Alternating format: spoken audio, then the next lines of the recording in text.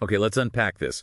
We're doing a deep dive into what might be one of the biggest shifts in automation this decade. I'm talking about the physical intelligence revolution. And our mission today is to really understand how humanoid robots are taking on, well, the most demanding factories on Earth's semiconductor cleanrooms. Fabs. Right.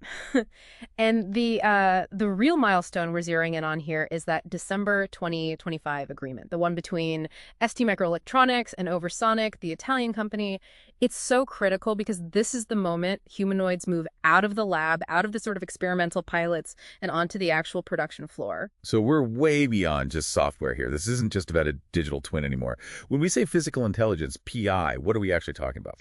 PI is, well, it's what happens when you get to embodied AI. Yeah. This deep fusion of sensing, action, and cognition, all happening inside the robot's physical body. We're moving away from what we'd call hard automation, rigid, pre-programmed stuff, to something much more fluid, flexible cognitive automation. And what's wild is that this PI explosion, it really just kicked off around 2022.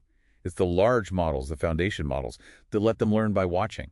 Imitation learning. Exactly. Which brings us to the clean room. Here's where it gets really interesting. I mean, fabs are the ultimate test. These places are engineered to meet ISO 1, maybe ISO 3 standards. For you listening, that means, what, fewer than 10 particles per cubic meter? Particles you can't even see. It's basically zero margin for error. So how do you even put a complex moving machine like Roby in there without it just becoming a giant contamination bomb? The engineering challenges are immense. You can't use normal parts. Everything has to be completely sealed joints, special Teflon coatings. Yeah. You have to avoid any kind of friction that could shed particles or even create tiny gas clouds. Wait, hold on a sec for our listener. What is outgassing? Is the robot sort of slowly leaking invisible fumes? Effectively, yes. That's a good way to put it. It's when plastics or lubricants release these tiny amounts of gaseous chemicals. In a clean room, those can land on a lens for a lithography machine and just ruin it. So the robot's own materials have to be chemically stable. And the movement itself is a problem, right? The laminar airflow systems. It's a constant, gentle sheet of air pushing particles down. So the robot has to adjust its own arm movements in real time so it doesn't create turbulence, little eddies of air that could stir contaminants back up. That's incredible. And then there's the precision. I mean, in a car factory, you're fine with a tolerance of, what, plus or minus 5 millimeters. Yeah, for a car door, that's perfectly fine. But here, you need sub-micrometer precision to place a chip. We're talking about hitting a target smaller than a bacterium, over and over again. And on top of all that, you have ESD protection. Yeah. One little static shock from the robot's finger could fry millions of dollars worth of nanoscale transistors.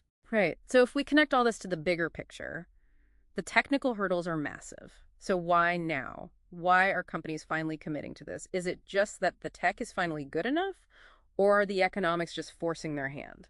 It's both, but I think the economics are what's really breaking the dam. The sources we're looking at show the bill of materials cost for one of these humanoids is set to drop by 40%. Think about that. From around $150,000 in 2023 down to maybe $32,000 in 2025. That 40% number, though, it sounds a bit like VC optimism. What's the fundamental driver behind a price drop that steep in just 2 years? It's economies of scale, really, and standardization. The actuators, the sensors, they're moving from custom lab parts to mass-produced modules. And when that happens, the cost comparison to human labor becomes, well, impossible to ignore. A robot running at $2 to $10 an hour versus what's the average U.S. manufacturing wage? $34. Yeah, and that really highlights the clean room tax, as some call it. You're paying highly skilled people to basically be human statues, trying not to shed skin cells. That cost difference is why the ROI, the payback period, has shrunk from over 5 years to, well, now it can be as short as 18 months. So what does this all mean then? The goal isn't just to replace a person. It's something bigger, this cognitive integration. Exactly. It's about that 24/7 reliability.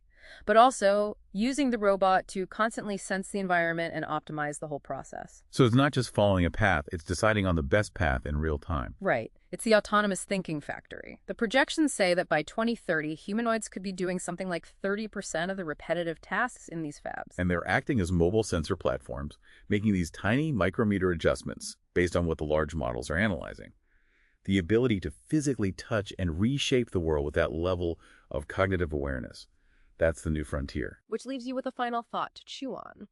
As this physical intelligence masters the most complex factories on Earth, what's next? What non-manufacturing sector, healthcare, agriculture, maybe even space exploration, is going to be the next clean room gauntlet that drives this technology forward?